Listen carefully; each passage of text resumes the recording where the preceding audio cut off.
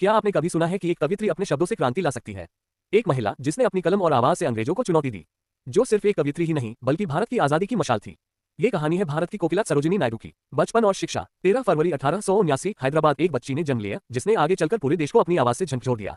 सरोजिनी नायडू बचपन से ही विलक्षण प्रतिभा की धनी थी। क्या आप यकीन करेंगे कि उन्होंने महज 12 साल की उम्र में ही एक 1300 पंक्तियों की कविता लिख दी थी।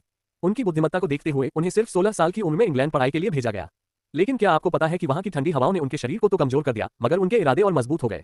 स्वतंत्रता संग्राम में प्रवेश। सिर्फ कविताएं लिखने से इतिहास नहीं बदलता। सरोजिनी नायडू ने महसूस किया कि देश को आजाद कराने के लिए सिर्फ शब्द ही नहीं, संघर्ष भी चाहिए।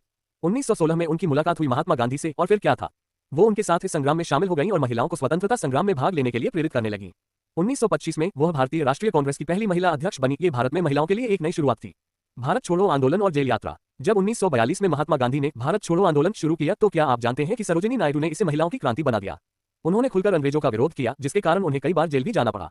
लेकिन उन्होंने हार नहीं मानी। स्वतंत्र भारत और पहली महिला राज्यपाल। 1947 में जब भारत आजाद हुआ तो सरोजिनी नायडू के संघर्ष का सबसे बड़ा इनाम मिला। वह स्वतंत्र भारत की पहली महिला राज्यपाल बनी।